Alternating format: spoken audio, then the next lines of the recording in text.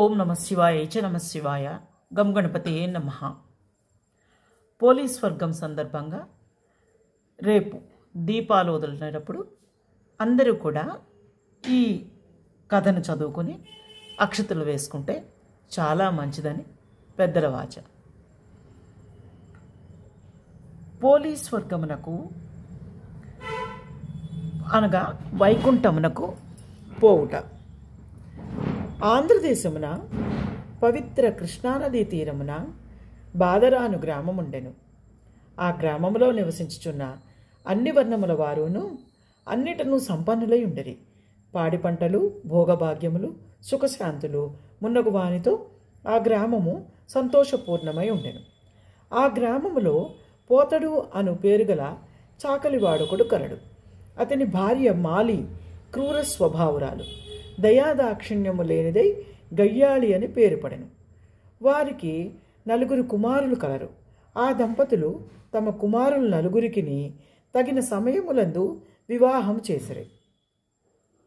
మొదటి 3 కోడళ్లను తమ అత్తగారి వలెనే పొగరుబోతు స్వభావము కలిగి చెడ్డ పేరును తెచ్చుకొనిరి. అత్తగారితో సమానముగా గయ్యాళితనమును చెడు స్వభావమును కలిగి ఉండరి. 4వ కోడలు పోలి మృదు స్వభావురాలు, భర్త యందు ఆసక్తి కలిగి ఉండెను. ఊరివారి బట్టల మాలిన్యము పోగొట్టి స్వచ్ఛతను కలిగించు పోతడు మాత్రము తన కుటుంబ సభ్యుల దుష్ట స్వభావం చే ఏర్పడిన తన కుటుంబంలోని మాలిన్యమును పోగొట్టలేని స్థితిలో ఉండెను. దీనికి తోడు వాని నిర్ధనత్వము కూడా వానిని బాధించుచుండెను. చిన్న కోడలైన పోలిని తన భార్యకు మాలి మిగిలిన కోడలను దూషించుట, బాధించుట గమనించియు నిస్సహాయుడై ఊరకుండెను. అత్తయ్యకు మాలి మిగిలిన తోడు కోడలను ఇంటి పనులన్నిటికీ పోలీపై వదిలిరి. ఇంటి పనులన్నిటినీ మారు మాట్లాడక తల వంచి చేయుచున్న ఆమెపై జాలి అయినా లేక ఆమెపై చాడీలు చెప్పి ఆమె భర్త చే పోలీని కొట్టించి తిట్టించి సంతోషపడుచుండెరి. ఈ విధముగా తనను అత్త, తోడికోడళ్ళు అనేక విధములుగా బాధించుచున్నను, భర్తకు చాడీలు చెప్పి కొట్టించుచున్నను, తిట్టించుచున్నను పోలి తన శాంత స్వభావమును, దైవభక్తిని, ధర్మకార్యాసక్తిని విడువక కాలము గడుపుచుండెను. ఇట్లుండగా కార్తీక మాసం వచ్చెను. గ్రామంలోని వారందరూ కార్తీక స్నానములు చేయుటకై కృష్ణానదికి పోవుచుండెరి. నదిలో స్నానం చేసి తీరమున దీపములను వెలిగించుచు పూజలను చేయుచుండరి. ఇట్లు గ్రామము నుండి నదీ స్నానమునకు, దీపారాధనకు, పూజలకు చాలామంది వెళ్ళిరి.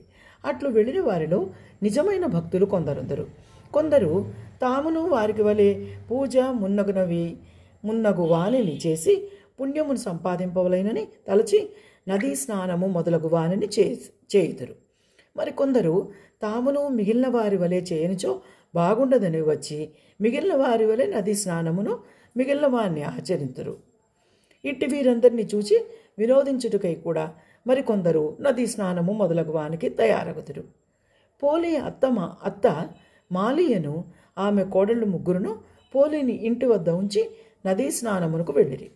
ఇంటి పనిని బాధ్యతను పోలికి అప్పగించిరి. నదీ స్నానమునకు పోయి నదీ స్నానము, దీపారాధన మున్నగు వారిని చేయునప్పుడు మాలి మున్నగు వారి దృష్టి దైవముపై, దైవ కార్యముపై లేదు. మనస్సును చేయు పనిపై నిలుపలేదు.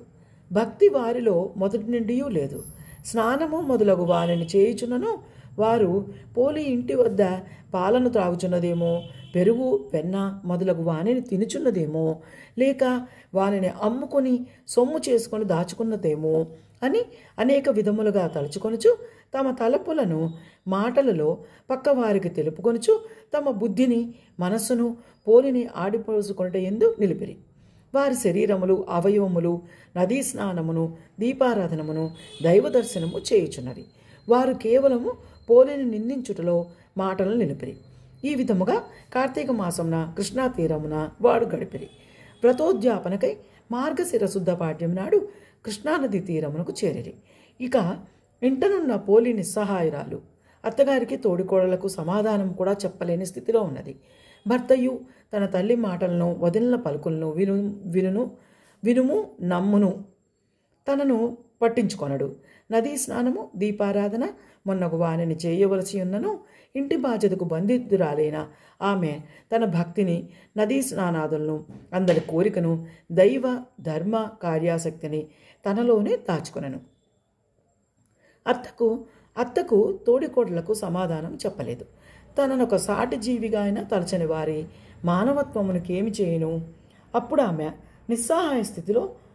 నిస్సహాయ రీతిలో ఇట్టి బాధ్యతలను, ఇట్టి పనులను చేయుచు ఇంటిలోనే ఉన్నదై తన మనసులో ఇట్టు అనుకొనెను. దీనరక్షణ గోవింద, జనార్దన, స్వామి, దీనబంధు, నేనేమి చేయగలను? అశక్తురాలను, నిస్సహాయురాలను. నా అత్త తోడికోడళ్ళు నన్ను విడిచి నదీ తీరమునకేగి స్నాన దీపారాధన మున్నగువారని చేయుచున్నారు. వారి వలె నాకును పుణ్యము సంపాదించవలను, భగవంతుని పూజింపవలేను అని యుండునని భావింపకపోయిరి. నేనేమీ చేయలేకున్నాను. పవిత్ర నదీ స్నానము లేదు, స్ఫూర్తినిచ్చు దీపారాధన లేదు, మనసునకు ప్రశాంతతనిచ్చు దైవ దర్శనము, పూజ, పురాణ శ్రవణము ఏవీనూ లేవు. ఏమి చేయదును? నాకెట్టి గతి కలుగునో కదా, నేనెంత దురదృష్టవంతురాలను అని ఆమె బహువిధములుగా విచారించెను. మనస్సులోని భగవంతుని ధ్యానించు పోలి తన పరిస్థితికి లోబడి ఇంటిలో కుండలో ఉన్న నీటితో స్నానం ఆచరించెను. చినిగిన వస్త్రమును ధరించిన ఆమె తాను ధరించిన జీర్ణ వస్త్రము యొక్క అంచును చించి వత్తిగా చేసెను. దానిని ఒక పాత్రలో ఉంచి కవ్వమునకు అంటిన కొద్దిపాటి వెన్నను తీసి ఆ పాత్ర ఎందుంచి దీపమును వెలిగించి, స్వామి, పుండరీకాక్ష, గోవింద, జనార్దన, అనాథరక్షక, దీనబంధు, దయచూపము, నేను అశక్తురాలను, నాపై అనుగ్రహం ఉంచుమని పోలి ప్రార్థించెను. ఇట్లు దీనావస్థలో ఉన్న పోలిని వైకుంఠమున ఉన్న దయాసముద్రుడకు శ్రీ మహావిష్ణువు గమనించెను.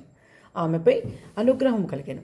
ద్వారపాలకుడైన సుశీలుడను వారిని చూచి, ఓయి, నీవీమెను వెంటనే సగౌరవంగా బంగారు విమానం ఎక్కించి తీసుకొని రమ్మని ఆజ్ఞాపించెను. సుశీలుడను వెంటనే పోలి ఉన్న చోటుకు బంగారపు విమానంతో వచ్చి, ఓ సాధ్వి, మంచి నడవడిక కలగా ఉత్తమురాలా, నిన్ను ఈ శరీరముతోనే వైకుంఠమునకు తీసుకొని రమ్మని శ్రీ మహావిష్ణువు పంపెను.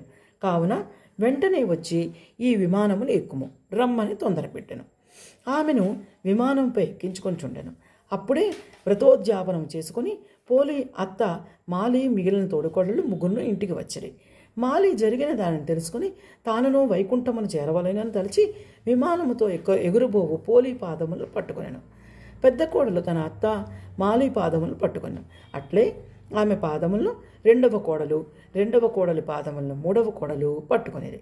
ఈ విధముగా వైకుంఠమునకు విమానములో పోచున్న పోలి పాదములను పట్టుకొని అత్త మాలి ఆమె పాదములను పట్టుకొని పెద్ద కోడలు, ఆమె పాదములను పట్టుకొని రెండవ కోడలు, ఆమె పాదములను పట్టుకుని వేలాడు మూడవ కోడలు చూచువారికి విచిత్ర దృశ్యమును కల్పించిరి. వైకుంఠ విమానమును నడిపించు సుశీలుడు వీరిని చూచెను. వారు పోలిని పెట్టిన బాధలను గుర్తుకు తెచ్చుకొనెను. శ్రీ మహావిష్ణువు మాటలను పోలిపై ఆయన కలిగిన దయను గమనించెను. మీరు మంచివారు కారు, పోలిని చూచి అసూయపడి ఆమెను బహువిధములుగా బాధించిరి. మీరు దుష్టులు, మీరు నదీ స్నానము, దీపారాధనము, దైవదర్శనము, పూజ, పురాణ శ్రవణము మున్నగు వానిలో పాల్గొన్నను. మనసులో పోలిని దూషించుచు పాలు, పెరుగు, నెయ్యి మొదలగు ఇంటి విషయములను తలచిరి. పోలిపై అసూయపడిరి. కావున మీరు దుష్టులు, మీరు వైకుంఠమునకు రాదగిన వారు కారు. కుంభీపాకము మొదలగు నరకములే మీకు తగినవి. ఆటకు పొండని సుశీలుడు పలుకుచు చేతిలో ఉన్న కత్తితో మాలి చేతులను నరికెను. అప్పుడు ఆమె కోడళ్ళు ముగ్గురు కింద పడరి. సుశీలుడు మిక్కిలి ప్రేమాదనలతోనూ మహావైభవముగా పోలిని వైకుంఠమునకు తీసుకొని పోయెను. ఈ విధముగా పోలి శ్రీ మహావిష్ణువు దయకు పాత్రురాలైనది. పోలి వృత్తాంతం వల్ల ఈ క్రింది విషయములు గమనింపదగినవి. భగవంతుని యందు నిర్మలమైన భక్తి ఉండవలెను. ఆ భక్తిలో తన్మయత్వం ఉండవలెను. పూజలోని ఆడంబరములు కానీ, పూజ చేయువారి ఆడంబరము కానీ భగవంతుని మొగమాట పెట్టవు. ఇతరులను చూచి అసూయపడుట, వారిని బాధించుట భక్తులైన వారికి ఉండరాదు. అట్టివారు మాలి మొదలగువారు. పరిశుద్ధమైన భక్తి మాత్రమే నిరాడంబరమైన భగవంతునకు ప్రీతి కలిగించును. దిక్కులేని వారికి దేవుడే దిక్కు. కావున మనలో ప్రతి ఒక్కరూ అసూయ ద్వేషములను విడిచి నిర్మలమైన భక్తితో ఉన్నంతలో యథాశక్తిగా భగవంతుని చేరుటకు పోలివలె యత్నింపవలెను.